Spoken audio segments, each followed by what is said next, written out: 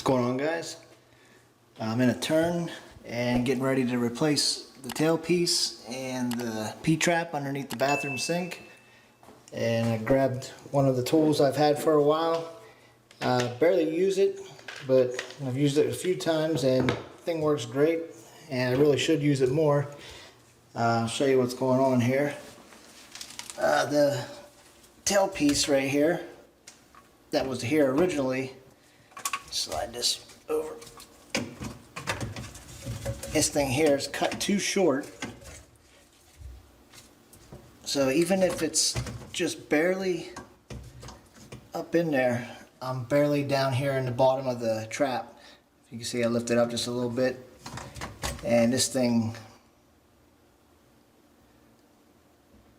here is just way too short. I don't know who cut it, if it was like that from construction or a maintenance guy did it, but it needs to be extended.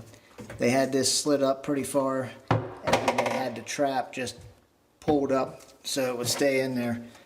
And I'm gonna get rid of that. We're gonna put a new tailpiece on.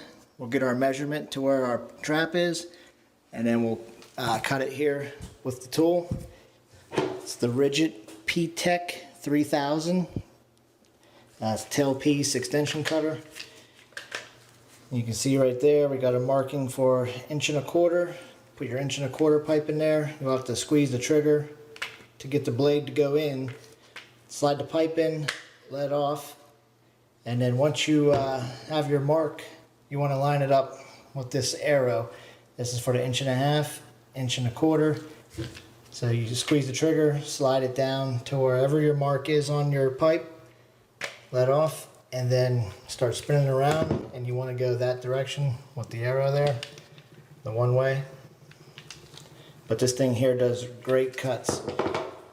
You won't have any cuts looking like this. I don't know who the hell cut that, but this thing here, when it cuts, it also deburrs, and it does a bevel as well, so it looks like a factory cut. So I'm going to replace the P-trap here too. So let me get this all taken out here, and then we'll get our new P-trap, which I have right here. We'll get that all put in place, and then we'll measure for our tailpiece and check out the Ridgid tool here.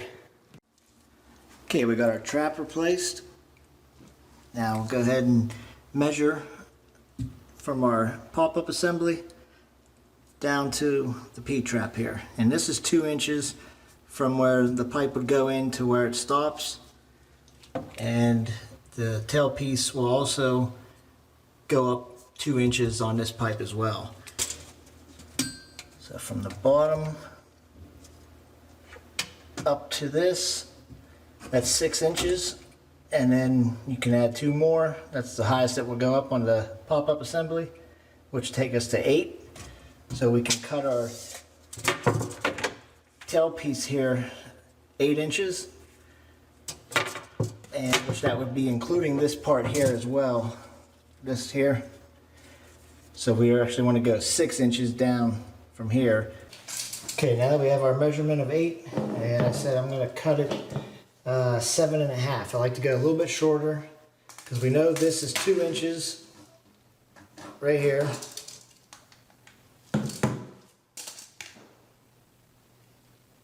We know that's 2 inches, and then we got 6 more going down this way. That puts us at our 8, should be there. But like I said, I'm going to take a ½ inch back. So I'm just going to make my mark here at 7.5 inches.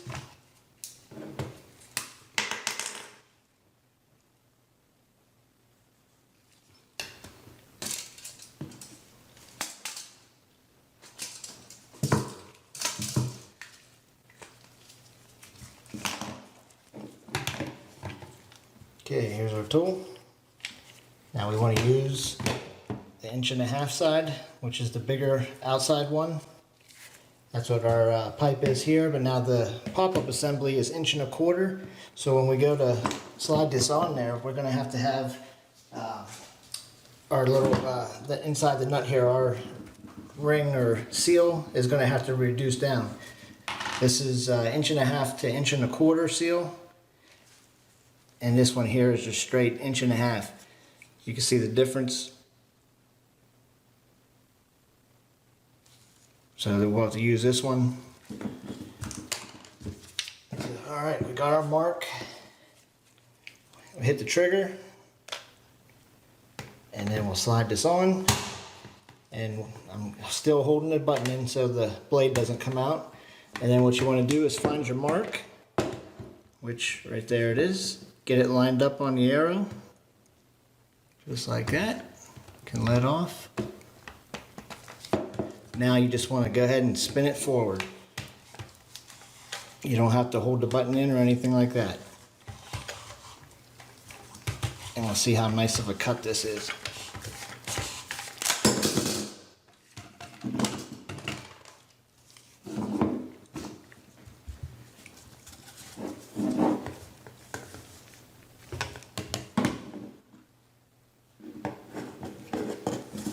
Looks pretty good to me.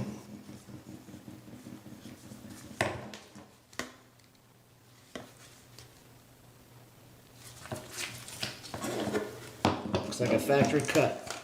And then our other end, obviously, has that nice factory cut too. So I think this tool, I think I got it for about 20 bucks at Home Depot. Now this was several years ago. Now I believe it's 25 or a little over 20, something around there.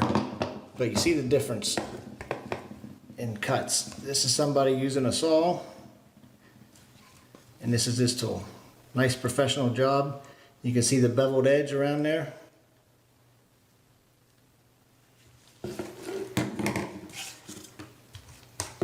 Alright, we've got our seal, our 1.5 inch nut. We'll go ahead and slide this up on the pop-up assembly, and we'll put our tailpiece on. We'll see how it looks. We'll slide on our nut and our reducing seal here from 1.5 inches to 1.25 inches.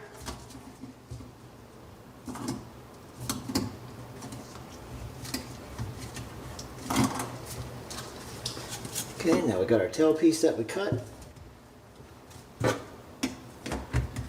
And slide this up, and then we'll slide this over to kind of see if we can come down to here. Let's just see, for example,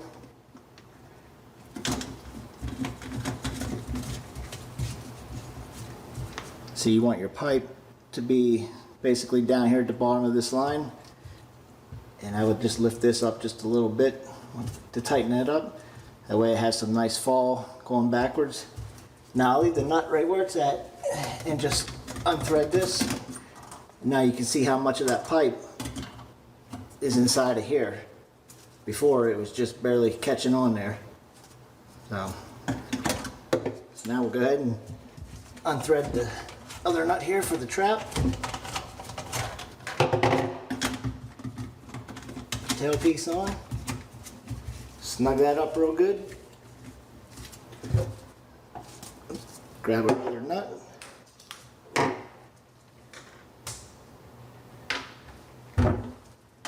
Slide that up. Put the seal in. Or the washer or gasket, whatever you want to call it. Slide that up. Drop it down a little bit to get the nut started.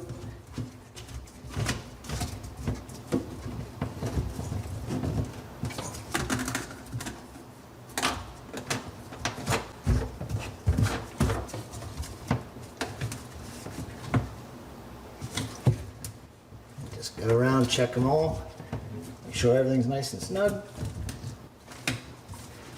It's pretty much putting in a P-trap, but this video was more about the Ridgid tool.